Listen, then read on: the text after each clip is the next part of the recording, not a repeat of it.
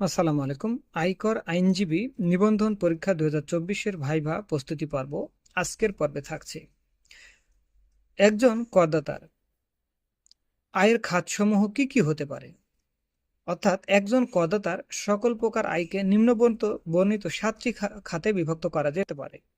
এক হলো করদাতা চাকরি হইতে আয়, 2 হলো ভাড়া খাতে আয়, 3 হলো কৃষি হইতে আয়, 4 ব্যবসা হইতে আয়, 5 মূলধনী আয়, 6 আর্থিক পরিসম্পদ হতে আয়, 7 হলো অন্যান্য উৎস হতে আয়।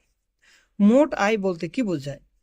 সকল খাতের আয় যোগ করে মোট আয় নির্ধারণ করতে হয় এবং উক্তরূপ মোট আয়ের উপরে প্রদেয় কর পরিগণনা করতে হবে। তবে এই মোট আয়ের মধ্যে 10টি খাতের উল্লেখ রয়েছে, সেটা আপনারা আয়কর রিটার্নে দেখে নিতে পারবেন। ফার্ম বা ব্যক্তিসংঘ হতে প্রাপ্ত আয় কি মোট আয়ের অন্তর্ভুক্ত হবে কিনা? কোনো স্বাভাবিক ব্যক্তি করদাতা যদি ফার্ম বা ব্যক্তিসংঘ হতে আয় প্রাপ্ত হয়, সেক্ষেত্রে সেই করদাতার মোট আয়ের অন্তর্ভুক্ত হবে এবং পরবর্তীতে তিনি নিয়ম অনুযায়ী গড়করণের মাধ্যমে উক্তরূপ আয়ের জন্য কর রেয়াত প্রাপ্ত হবেন।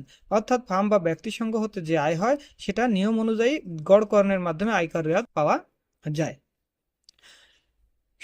অর্থাৎ স্বামী স্ত্রী বা অপ্রাপ্তবয়স্ক সন্তানের আয় কি মোট আয়ের মধ্যে অন্তর্ভুক্ত হবে কিনা?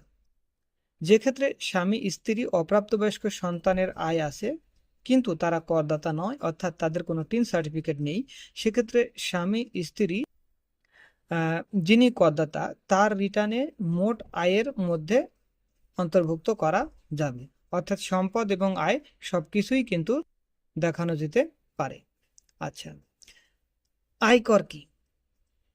আয়কর অর্থ হলো আয়কর আইনের অধীন আরোপযোগ্য বা পরিশোধযোগ্য যে কোনো প্রকারের কর বা সারচার্জ হলো আয়কর।